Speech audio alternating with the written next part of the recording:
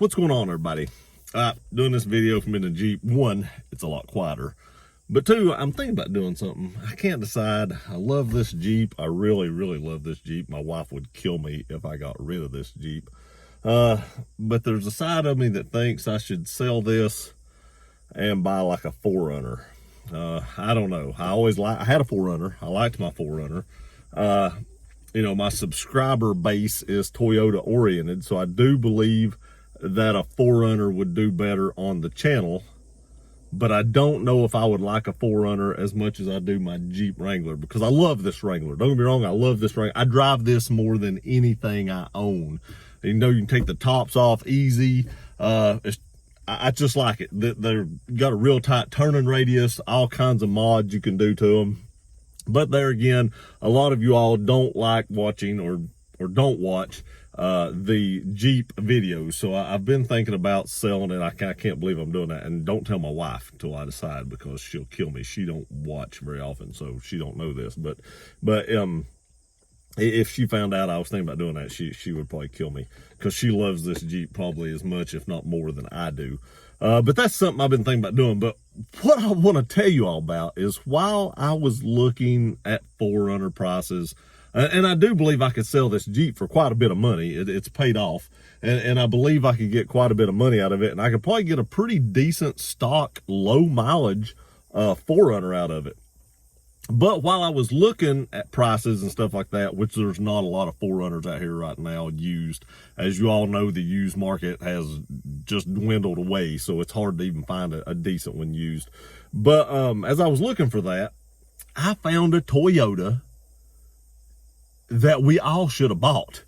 They say 20/20's hindsight, and this is definitely some 20/20 hindsight right here. If people knew what was going to happen with this vehicle, and a lot of you probably already guessed it, but if people knew what was going to happen with this vehicle, they would have probably bought a lot of them. And a lot of these things were actually bought new, and I've heard about people taking them straight off and like rock crawling in these. I've got buddies that rock crawl, and they're like, oh, people take these things crazy off-road and beat them all to pieces. So a lot of these may have been actually beat up. But what I'm talking about is the FJ Cruiser. Have you all priced FJ Cruisers lately? Now, I never was a huge fan of the FJ Cruiser. My wife really liked FJ Cruisers, but I wasn't just an enormous fan of the FJ Cruiser. I wasn't a huge fan of the body style. I didn't like how it kind of looked like a bubble, sort of. And then it had that odd rear third door back there that kind of opened side, like suicide doors. And there just wasn't a lot of room in the interior. There was less room in the back seat of an FJ than there is this Jeep Wrangler JKU, by quite a bit, actually. I can fit back here. I don't know if I could fit in an FJ with the seat all the way back. But I just wasn't a huge fan. But they were amazing off-road vehicles, which is probably why they have such a demand today, because you could just basically buy them off the showroom floor, take them straight out, and they were like just as good as this Jeep Wrangler probably is at off-roading, if not better, from what I've heard. Now, I've never owned an FJ. I've never actually even rode in one. There's some people at work that's had them, and I've looked at them and stuff like that, but I've never even ridden in one. But just from my hardcore off-road friends at work, hear them talking about them, stuff like that, they were amazing off-road vehicles. And like I said, that's probably why they're in such high demand today. Now, let me tell you why I say that we missed out on this. So as I was going through looking for 4Runners and stuff on Craigslist, which is what I use a lot, I've bought some stuff here and there off of Facebook Marketplace, and I know a lot of people use that, but it's hard to find good low mileage vehicles on there. It's like all the vehicles have like 200,000 miles on them. And if I'm going to sell this Jeep and buy a 4Runner, I want something, that's in the 40,000 mile range. So I just couldn't find anything on there. So I switched over to Craigslist, and I was going down through, all the items on Craigslist, looking at it, and I ran across a 2014 FJ Cruiser, and I believe that was the year they discontinued. I think that's what it said online. I looked them up, and I believe it said the last year that they made those was in 2014. So this was one of the last ones that were made, And it had 49,200 miles on it. So almost 50,000 miles. All right. And it's automatic. I think I would prefer a manual, but it was an automatic. So, and it was at a dealer. I want to give you all the information. It was also at a dealer. So it wasn't just an individual selling it. So it was probably a little bit higher because it was at a dealer, but it's hard to find these off individuals low miles. So a lot of them were probably traded in for like newer vehicles and stuff. So it's 2014 used. A dealer had it, almost 50,000 miles in an automatic. He was asking $36,950, basically $37,000 for a 2014 with 50,000 miles on it. Now, I looked up how much they were new in 2014. And in 2004, now it was four-wheel drive, and this is the four-wheel drive. You could get a two-wheel drive cheaper than this, but the four-wheel drives, brand new in 2014, started out at $29,000 and maxed out at the top of the line for $36,000. So you could have bought a brand new FJ Cruiser in 2014, drove it 6 years, put 50,000 miles on it, and made $1,000.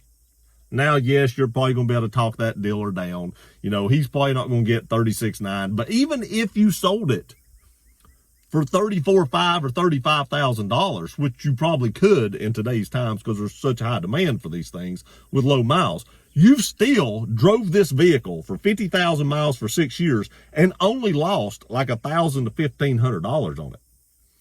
What other vehicle can you buy for $36,000 brand new, drive it 50,000 miles for 6 years, and only lose $1,000? I can't think of one right off the top of my head that you can do that. I can't think of anything that you can buy for 36 grand, under $40,000, drive it that long, and not lose hardly anything on it, and maybe not lose anything on it. If you find the right buyer, you might even make a few $100s. That's nuts. So if we all had the 2020 hindsight, if we could all go back to 2014 and just buy a few of these things and just store them, you know, we could have made a lot of money on these.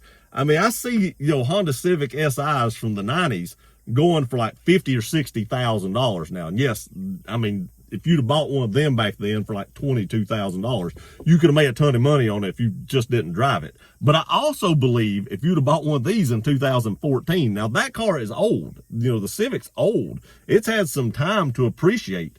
2014 is only 6 years. This car has not had time to appreciate at all. So if you'd have bought one of these in 2014 and just set it on blocks and, you know, never drove it, you could have probably got close to $50,000 if it literally had like a couple hundred miles on it. If not, have got $50,000. So this was probably the best vehicle to invest in if you was looking to make money or drive it a little bit and break even. I'm astonished that people love these vehicles that much that they're willing to pay what they were brand new for a used one. I mean, like I said, I wasn't a huge fan of them. I'm sure they go off-road really well, but it just blows my mind that people, these are in such high demand that people's willing to pay this much of a premium for this vehicle. Now, that tells me that Toyota should bring this vehicle back. I mean, if it's in this high demand and people's willing to pay this much money, and I looked them up, there's not a lot of them for sale. Most people that have these are keeping them. So Toyota should bring this back out at least for a couple of years and raise the price on them a little bit, because I think they could sell them for a lot of money if they would bring them back out. People seem to, demand these more than like the 4Runners and stuff, because 4Runners were way cheaper than these with around the same mileage. I mean, it's no comparison. So, to me, if Toyota wanted to like make a limited special run, they would probably sell out about as quick as the Bronco did, in my opinion. And maybe Toyota does that later on down the road. The Broncos have been out of, commission for a while, and now they're bringing it back and they sold out immediately. If Toyota did something like that with the FJ, they could probably do the same thing. Let me know in the comments section, do you know any vehicle that was made within the last 6 years that you could have bought, drove it 50,000 miles, and made $1,000 on? I can't think of anything. Appreciate y'all watching this video. Please like, share, and subscribe. See you next time.